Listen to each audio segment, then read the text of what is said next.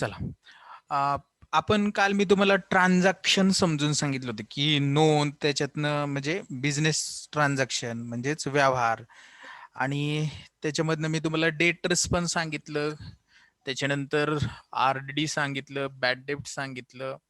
Transaction 2 प्रकारचे असू शकतात. कॅश ट्रान्झॅक्शन, क्रेडिट ट्रान्झॅक्शन हे मी तुम्हाला जनरली काल सांगितलं होतं. पण तुम्ही 11वीचं पुस्तक जर तुमच्याकडे असेल अकाउंटचं, तुम्ही जर ते उघडून बघितलेलं असेल, तर पेज नंबर 15 वरच ट्रान्झॅक्शन म्हणजे पेज नंबर 6 आहे 11वीचं पुस्तकामधलं, की ज्याच्यामध्ये तुम्हाला ट्रान्झॅक्शन विषयी इन्फॉर्मेशन दिलेली आहे. आणि बऱ्याचशा विद्यार्थ्यांची काल अशी मागणी होती, की सर थोडंसं आम्हाला बेसिक पासून घ्या. आता 12वीचं टॉपिक अजून सुरू केलेला नाही कोणतंही. मला तुम्हाला आधी बेसिक टर्म सांगायच्यात समजून अकाउंट मधल्या. ज्या तुम्हाला माहित असतील, तर पुढे जाऊन तुम्ही काय करणार आहे? जे अकाउंट आहे ते हळूहळू तुम्हाला समजणार आहे चांगलं. जर ह्या टर्मच माहित नसतील तुम्हाला, तर मी तुम्हाला पुढचं सांगून काही माहिती होणार नाही. तर मला फक्त एकच तुमच्याकडून माहित करून घ्यायचंय, की किती विद्यार्थ्यांना म्हणजे किती विद्यार्थ्यांच्या शाळेमध्ये किंवा कॉलेजमध्ये ह्या 11वीच्या पुस्तकातले हे टाइप्स ऑफ ट्रान्झॅक्शन वगैरे किंवा ट्रान्झॅक्शन समजून सांगितलेले आहेत. असं कोण आहे का, की सर आमच्या स्कूलमध्ये व्यवस्थित हे सगळं थिअरॉटिकल पार्ट समजून सांगितलेलं आहे? का डायरेक्ट तुम्हाला प्रॉब्लेमचा जो एक्झाम्पलचा पार्ट होता तो शिकवलेला आहे? बोला. डायरेक्ट हो सर, प्रॉब्लेमचाच पाठ प्रॉब्लेम्स घेतले होते डायरेक्ट. डायरेक्ट प्रॉब्लेम घेतले होते. तर हेच थोडंसं प्रॉब्लेमॅटिक असतं, कारण की आपल्याला जर थेरीच माहित नसेल, आपल्याला जर रस्ता माहितीच नसेल कुठं जायचंय आणि आपण नुसतं निघालो, तर ते काही फायद्याचं नाही. त्यामुळे मी थोडंसं तुम्हाला एक 2-3 लेक्चर फक्त 3 ते 4 लेक्चर ह्या बेसिक टर्म समजून सांगण्यात घालवणार आहे. कारण की मला जे पुढे तुम्हाला वर्षभर शिकवायचं आहे, ह्या जर टर्म तुमच्या क्लिअर असतील, तर मी तुम्हाला जे प्रश्न विचारेल त्याची उत्तरं माहीत असतील किंवा तुम्हाला ते चांगल्या प्रकारे समजू शकतं. काल मी तुम्हाला ट्रान्झॅक्शन सांगितलं होतं.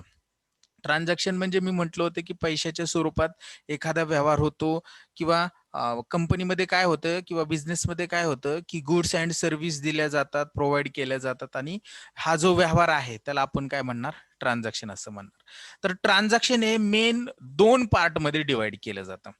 आता हे तुमचं 11वीचंच पुस्तक आहे, जे मी समोर ओपन केलेलं आहे तुमच्या. हे 11वीच्या पुस्तकातलंच आहे सर्व.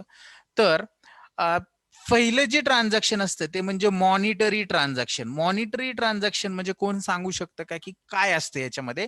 आणि नॉन मॉनिटरी ट्रान्झॅक्शन जर माहित असेल तर सांगा, नाही तर मी तर सांगणारच आहे. पण मला थोडीशी तुमच्याकडून उत्तर अपेक्षित असतात म्हणून मी विचारतो. आर्थिक. बरोबर सांगितले त्यांनी. मॉनिटरी ट्रान्झॅक्शन म्हणजे काय? आर्थिक. आर्थिक म्हणजे कशाचा संबंध आला त्याच्यामध्ये?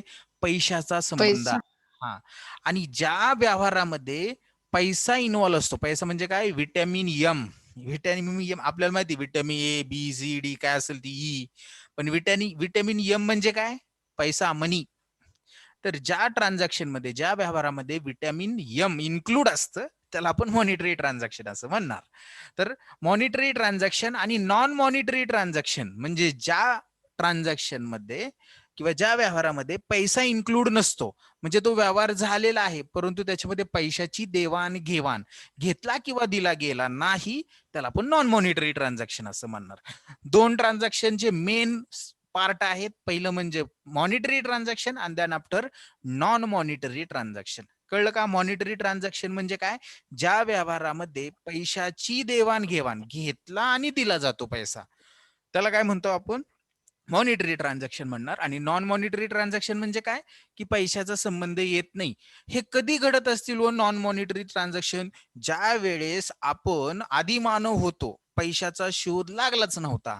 आपण काय करायचो? आपल्याला 1 किलो गहू हवे असतील तर आपण 1 किलो बाजरी द्यायचो आणि 1 किलो गहू घ्यायचो. 1 किलो साखर हवी असेल तर 2 किलो बाजरी द्यायचो आणि 1 किलो साखर घ्यायचो. म्हणजे काय? थोडक्यात विनिमयासाठी पैसा वापरला जात नव्हता. मग काय वापरलं जायचं? वस्तू वापरल्या जायच्या.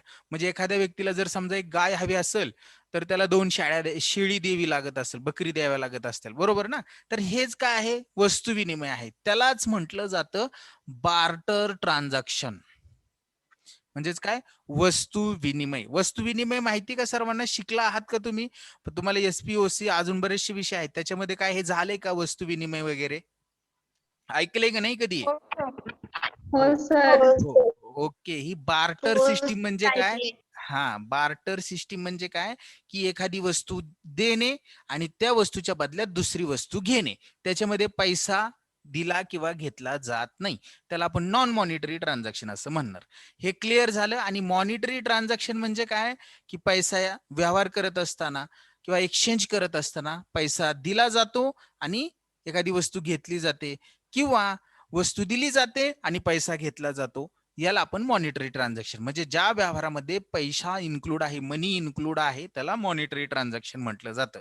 आणि एक वाक्य स्वतःच्या डोक्यामध्ये कोरून ठेवायचं, कपाळावर लिहिलं तरी चालेल, की आपण अकाउंटिंग मध्ये फक्त मॉनिटरी ट्रान्झॅक्शन रेकॉर्ड करतो. लक्षात राहून द्या, आपण अकाउंटिंग करत असताना, बुक किपिंग करत असताना, रेकॉर्डिंग करत असताना कोणते ट्रान्झॅक्शन रेकॉर्ड करणार? फक्त monetary transaction. Monetary transaction record करणार. ही एक गोष्ट लक्षात ठेवा. आता मॉनिटरी ट्रान्झॅक्शनचे सब टू पार्ट आहेत, दोन पार्ट आहेत. तर कोणते दोन असणार आहेत? फर्स्ट म्हणजे कॅश ट्रान्झॅक्शन आणि देन आफ्टर क्रेडिट ट्रान्झॅक्शन. मी कालच सांगितले तुम्हाला, कॅश ट्रान्झॅक्शन आणि क्रेडिट ट्रान्झॅक्शन. कॅश ट्रान्झॅक्शन म्हणजे काय आणि क्रेडिट ट्रान्झॅक्शन म्हणजे काय, तुम्हाला ज्या येतं त्या भाषेत, त्या शब्दात सांगायचंय. मला पुस्तकात काय आहे ते अजिबात नकोय, मला तुमच्या डोक्यात काय आहे ना ते फक्त मला कळलं पाहिजे. कॅश ट्रान्झॅक्शन म्हणजे काय ते सांगा, बोला. रोखीने व्यवहार. हा, बरोबर आहे, तिने सांगितलं ते उत्तर अगदी बरोबर आहे. रोखीने व्यवहार. रोखीने व्यवहार कधी होतात? ज्या वेळेस व्यवहार घडत आहे त्याच वेळेस त्या व्यवहाराचे पैसे म्हणजे मनी दिली किंवा घेतली जाते, पैसे दिले किंवा घेतले जातात, त्याला आपण काय म्हणणार? कॅश ट्रान्झॅक्शन असं म्हणणार. क्रेडिट ट्रान्झॅक्शन म्हणजे उधारीने केलेला व्यवहार. हो, क्रेडिट ट्रान्झॅक्शन म्हणजे काय? उधारीने केलेला व्यवहार, की ज्या व्यवहारात व्यवहार होण्याच्या वेळेस पैशाची देवाणघेवाण केली जात नाही, तर हे पैसे दिले किंवा घेतले जातात. कधी? भविष्यात, भूतकाळात, वर्तमान काळात. तीन पैकी एक उत्तर असेल. After some period, in future, in future.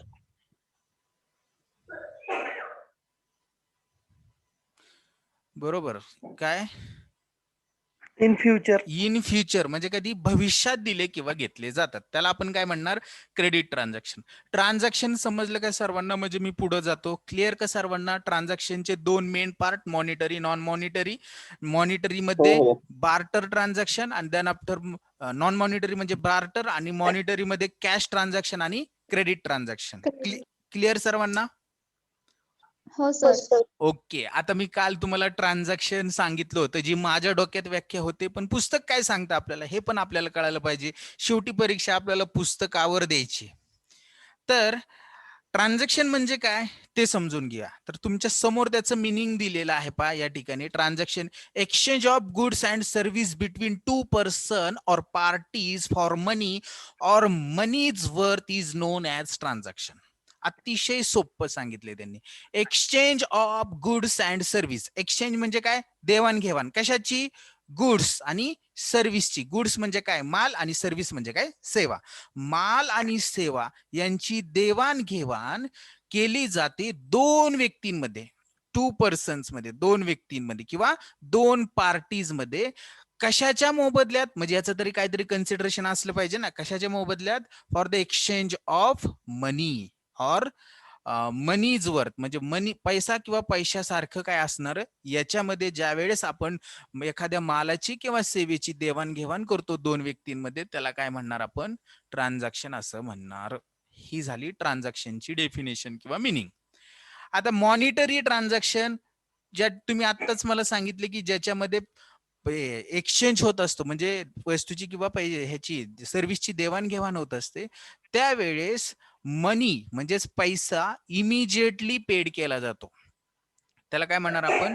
Cash transaction असं म्हणणार. आता हे मॉनिटरी ट्रान्झॅक्शन मधलं पहिलं ट्रान्झॅक्शन जे आहे ते कॅश ट्रान्झॅक्शन आहे, ते समजून घेऊया. A business transaction in which cash is paid or received immediately is known as cash transaction.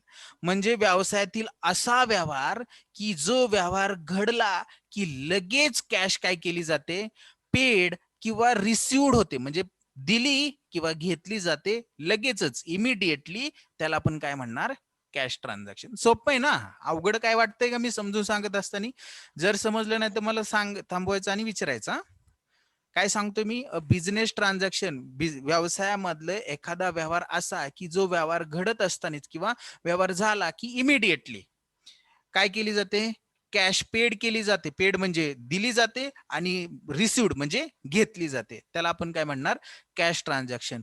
उदाहरणार्थ purchase of goods for cash ₹15,000. आपण माल परचेस केला, कॅश दिली 15,000 रुपये आणि तेवढा रुपयेचा माल परचेस केला, हे कॅश ट्रान्झॅक्शन आहे. Payment of salary ₹5,000.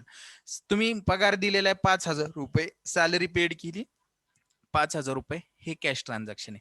समजतंय ना कॅश ट्रान्झॅक्शन म्हणजे काय? कळलं का सर्वांना? हो सर.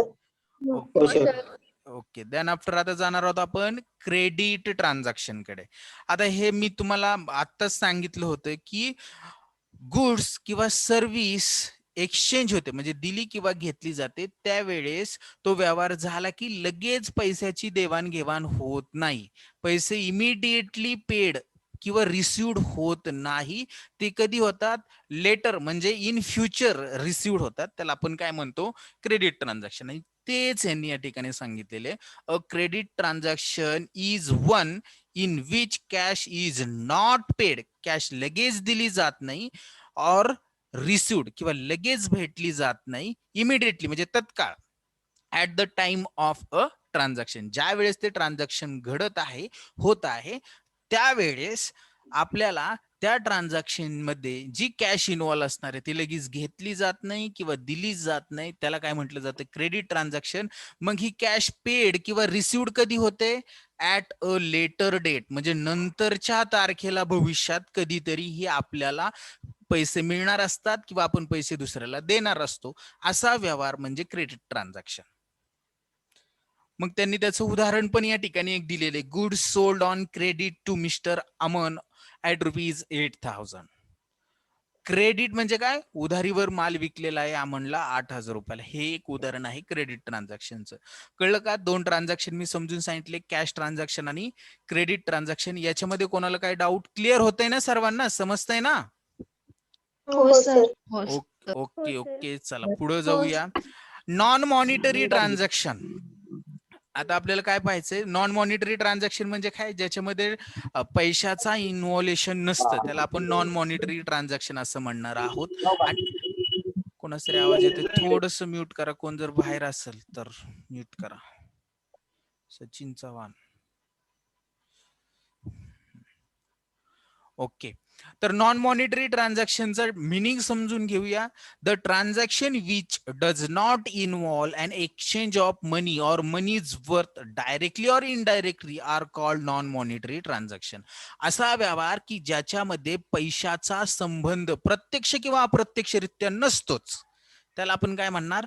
Non monetary transaction. तेच त्यांनी या ठिकाणी इंग्लिशमध्ये सांगितलेलं आहे. आता हे नॉन मॉनिटरी ट्रान्झॅक्शन अतिशय जुन्या काळामध्ये, राजे महाराजे यांच्या काळामध्ये बार्टर ट्रान्झॅक्शन म्हटलं जायचं, त्याला वस्तू विनिमय असं म्हटलं जायचं. वस्तू दिल्या जायच्या आणि दुसरी वस्तू, एका वस्तूच्या बदल्यात दुसरी वस्तू घेतली जायची. हे पण मी तुम्हाला आत्ताच समजून सांगितलेलं आहे, नॉन मॉनिटरी ट्रान्झॅक्शन.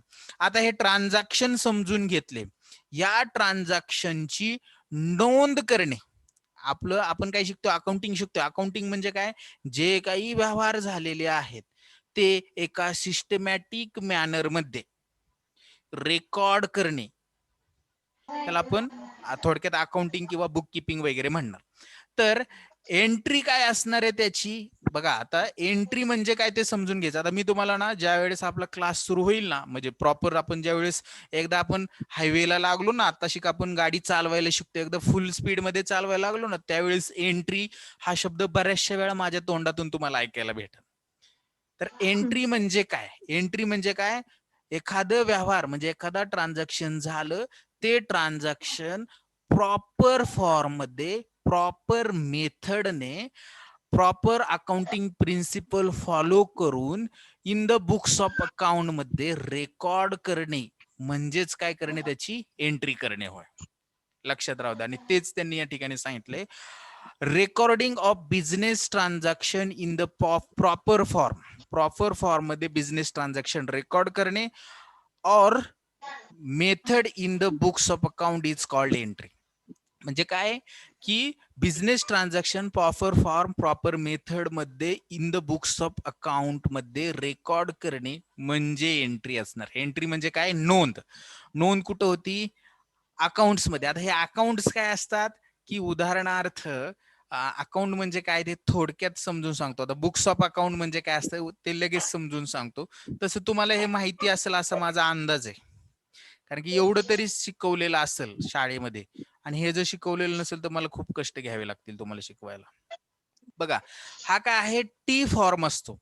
आता उदाहरणार्थ आपल्याला व्यवसायामध्ये एक कर्मचारी काम करतोय, तो काम करतोय, त्याच्या बदल्यात आपण त्याला काय देतो, का असंच फुकट काम करून घेतो? सांगा, कोण सांगते काय देतो त्याला?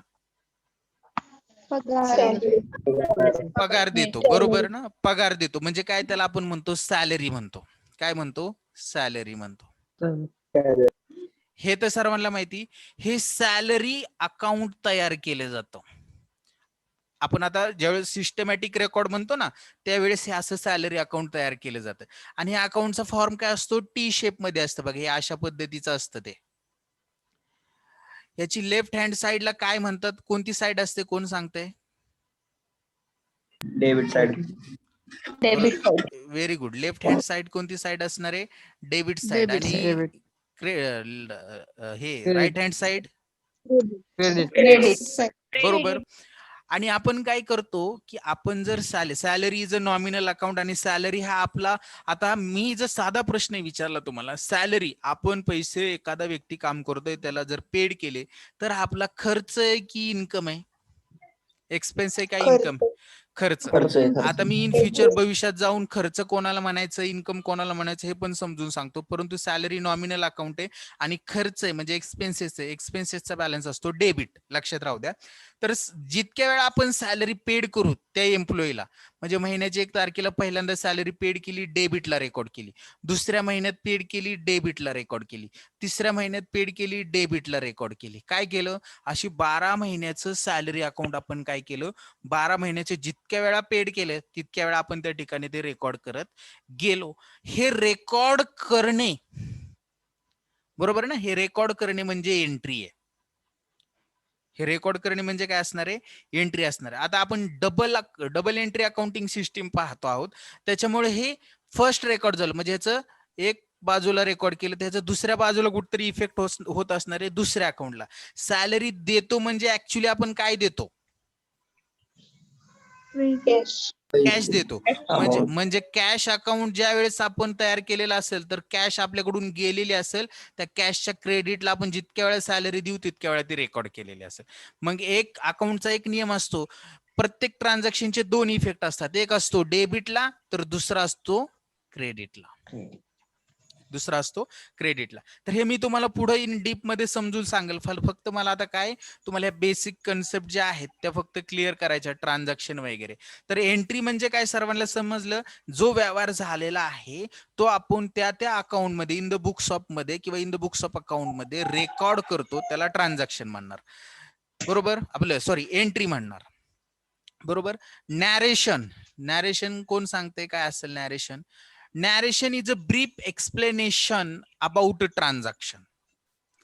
बघा, नॅरेशन म्हणजे काय, त्याचं आपण सारांश म्हणतो. तर त्याला काय म्हणायचं, brief explanation of a business transaction is known as narration. Narration कशाला म्हणायचं, जो काही व्यवहार झाला तो व्यवहार कशा संदर्भात आहे त्याविषयी थोडक्यात माहिती, स्पष्टीकरण म्हणजे नॅरेशन असणार आहे. आणि हे नॅरेशन कोणत्या शब्दापासून सुरू होतं, बीइंग या शब्दापासून लिहायला सुरुवात करते. जर तुम्हाला जनरल एंट्री शिकवल्या असतील तर त्याचं कंसामध्ये बघा, being salary paid, being commission received, अशा पद्धतीचे वाक्य वापरत असतील सर, तर ते बीइंग या शब्दापासून ते सुरू होतं. किंवा त्याला फॉर हा शब्द देखील वापरला जातो, पण शक्यतो बिंग हा शब्द वापरला जातो. आता सगळ्यात महत्वाचा म्हणजे पुढं मी तुम्हाला सांगणार आहे गुड्स म्हणजे काय. कोण सांगू शकते का गुड्स? गुड्सला मराठीत काय शब्द आहे सांगा. माल. वस्तू माल. माल. माल वस्तू. माल हा प्रॉपर शब्द असणार आहे. वस्तू सुद्धा होतं.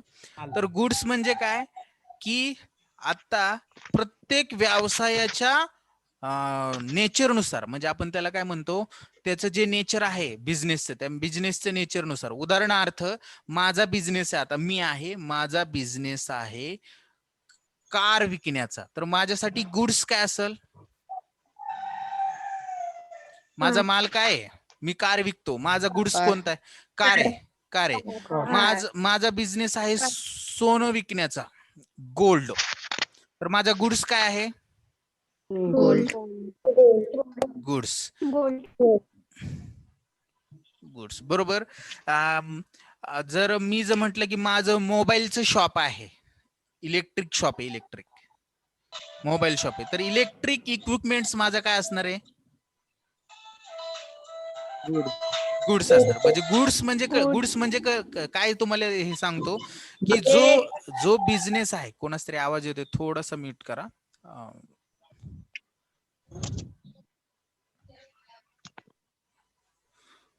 ओके, मी म्यूट केलं सर्वांनाच. मी ज्यावेळेस प्रश्न विचारेल त्यावेळेस अनम्यूट करा.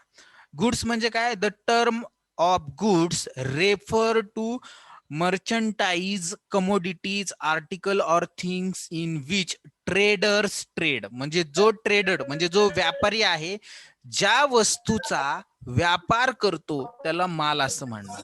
म्हणजे मी जर कारचा व्यापारी असेल, मी कार विकणारा असेल, तर माझ्या दृष्टिकोनातून कार काय आहे? गुड्स आहे. मी जर सोने विकणारा असेल तर माझ्या दृष्टिकोनातून सोने काय आहे? गुड्स आहे. मी जर भाजीपाला विकणारा असेल तर माझ्या दृष्टिकोनातून भाजीपाला काय आहे? गुड्स आहे. मी जर मोबाईल शॉपीवाला असेल तर मोबाईल माझ्या दृष्टिकोनातून काय आहे? गुड्स आहे. बरोबर आहे ना? पण मला आता एक प्रश्नाचं उत्तर द्या की मी कार विकणारा नाहीये, पण मी कार खरेदी केली माझ्या वैयक्तिक वापरासाठी, तर तो माझ्यासाठी गुड्स होईल का? नाही. मग कार माझी काय असेल? मग तिला मी काय म्हणणार? कार माझी काय असेल? Asset. Very good, very good, very good. Car काय असणार आहे?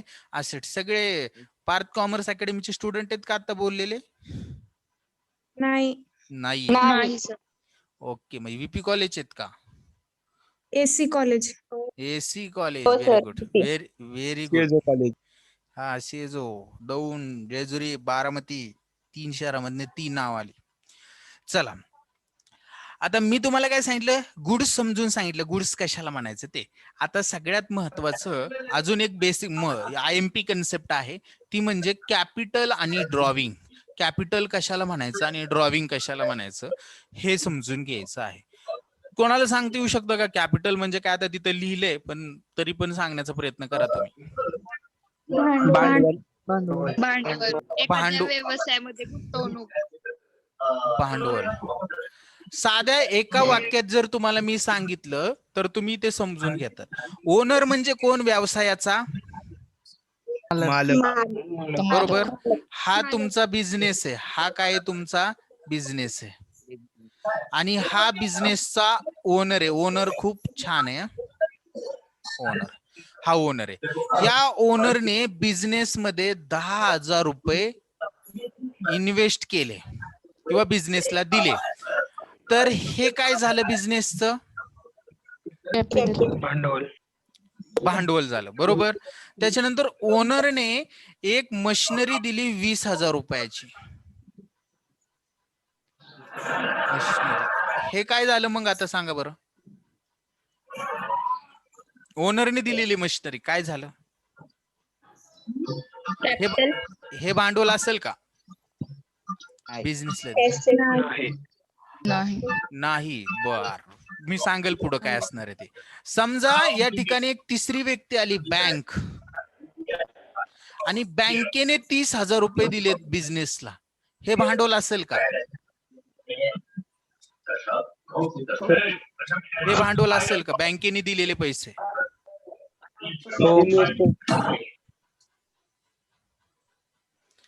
तर पहा आता हा, ती लॅबिलिटी येईल. पण कॅपिटल म्हणजे काय ते समजून घ्या. ओनर्स कॉन्ट्रीब्युशन इन बिझनेस किंवा owners investment in business is called capital. बघा ते काय सांगितले, द टोटल अमाऊंट. बघा या ठिकाणी पुस्तकात सांगितले the total amount invested in the business by the owner. Owner म्हणजे कोण? व्यवसायाचा मालक. ह्या व्यवसायाच्या मालकाने बिझनेसमध्ये जे काही गुंतवलेलं असेल, बिझनेसला जे काही दिलेलं असेल, वैयक्तिकरित्या पर्सनली बिझनेसला जे काही दिलेलं असेल, मग ती वस्तू असू द्या किंवा ते पैसे असू द्या, म्हणजे in kind and in cash मध्ये असू द्या.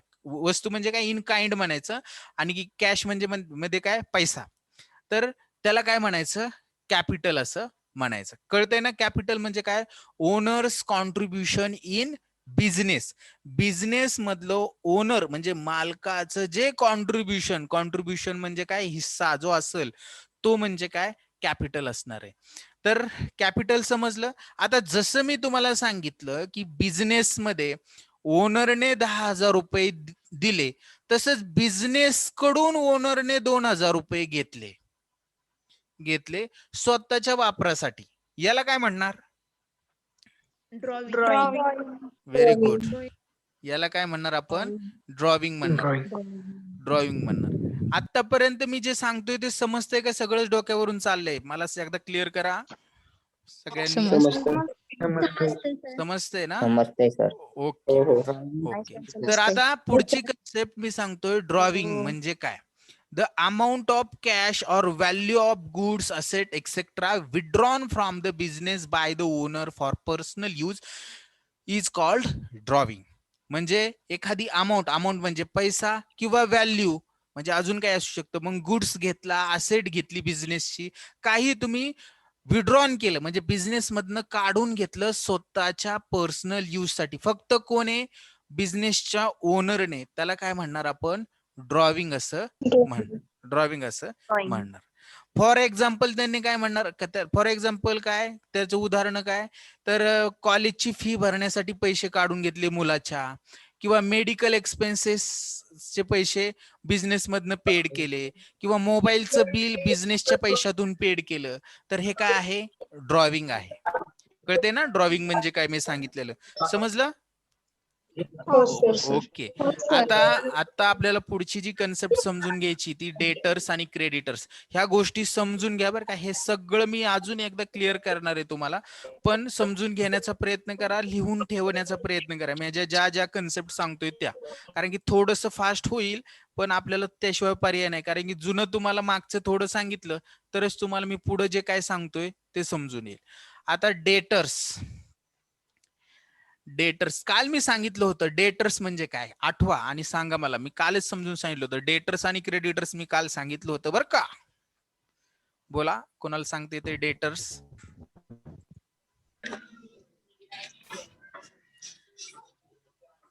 सांगा. म्हणजे काल लक्ष नव्हतं म्हणायचं अजिबात. असं नाही चालणार.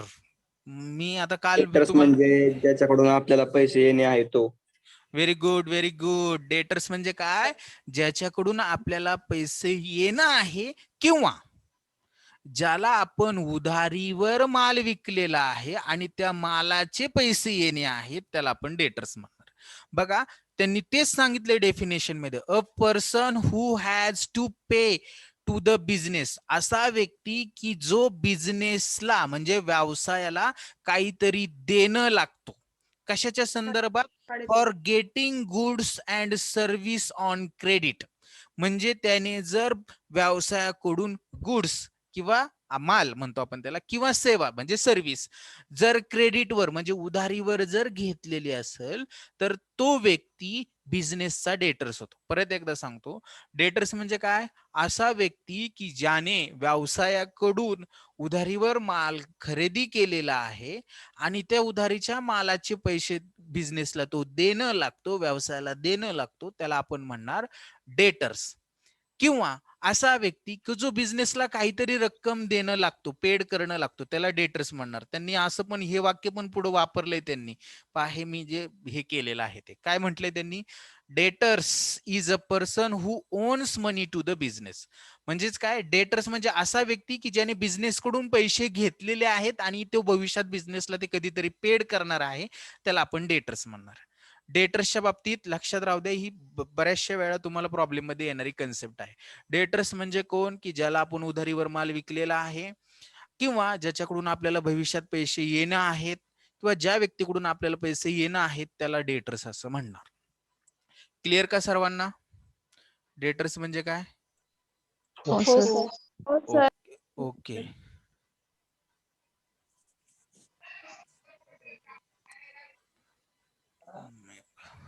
ओके चला, क्रेडिटर्स.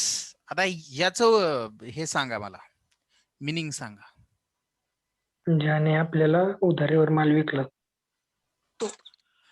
बरोबर, ज्याने आपल्याला उधारीवर माल विकला, किंवा आपण ही पण वाक्यरचना वापरू शकतो की ज्या व्यक्तीकडून आपण उधारीवर माल खरेदी केलेला आहे किंवा गुड्स किंवा सर्व्हिस बाय केलेली आहे, खरेदी केलेली आहे, किंवा आपल्या व्यवसायाला कोणाला तरी देणं असणारे व्यक्ती म्हणजे क्रेडिटर्स. बघा मी परत एकदा सांगतो, person to whom business has to pay, म्हणजे अशा व्यक्ती की ज्यांना बिझनेसला पैसे अशा एक व्यक्ती की त्या व्यक्तीला बिझनेस पैसे देणं लागतो.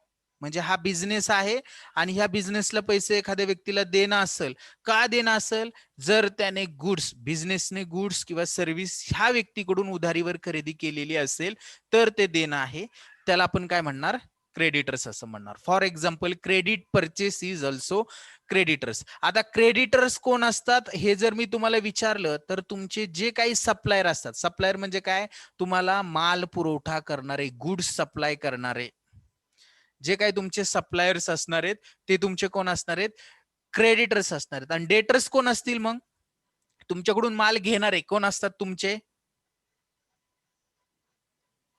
गिराईक. त्याला आपण काय म्हणतो, कस्टमर्स म्हणतो, बरोबर ना. तर डेटर्स कोण आहेत तुमचे, थोडक्यात कस्टमर आहेत, आणि क्रेडिटर्स कोण आहेत, सप्लायर आहे. कळलं? आणि बॅड डेब्ट्स म्हणजे काय, काल सांगितलंच होतं, तरी पण एकदा सांगा, बॅड डेब्ट्स म्हणजे काय? पैसे बुडवणारा. पैसे बुडवणारा. पैसे बुडवणारा. ज्यांच्याकडून आपल्याला पैसे येणं आहे आणि त्याने जर आपल्याला पैसे दिलं नाही तर ते आपले बॅड डेब्ट्स. म्हणजेच काय, irrecoverable amount from a debtor is known as bad debts. Debtors कडून जे पैसे आपल्याला येणं असतात त्या पैशापैकी काही रक्कम जर आपल्याला भेटली नाही तर त्याला आपण म्हणणार बॅड डेब्ट्स. कळतंय ना? डेटर्स कडून जे पैसे आपल्याला, उदाहरणार्थ डेटर्स कडून 10,000 रुपये येणे, ह्या 10,000 रुपयापैकी 500 रुपये जर मला भेटले नाही, म्हणजे 9,500च भेटले, याला काय म्हणणार मी, ह्या 500 रुपयाला 500 रुपयाला 500 रुपयाला बॅड डेब्ट्स भेटणार. कळते ना सर्वांना? ओके. आता expenditure and types of expenditure आपल्याला समजून घ्यायचंय. शेवटचे 4 मिनिट राहिलेले आहेत, त्यामुळं आज मला वाटतं एवढं बास झालं, जास्त जड होईल आणि ते मग आपल्याला जड झालेलं पचलं नाही तर अवघड होऊन जाईल, बरोबर ना. त्यामुळं थांबूया. तर मी रेकॉर्डिंग स्टॉप करतोय.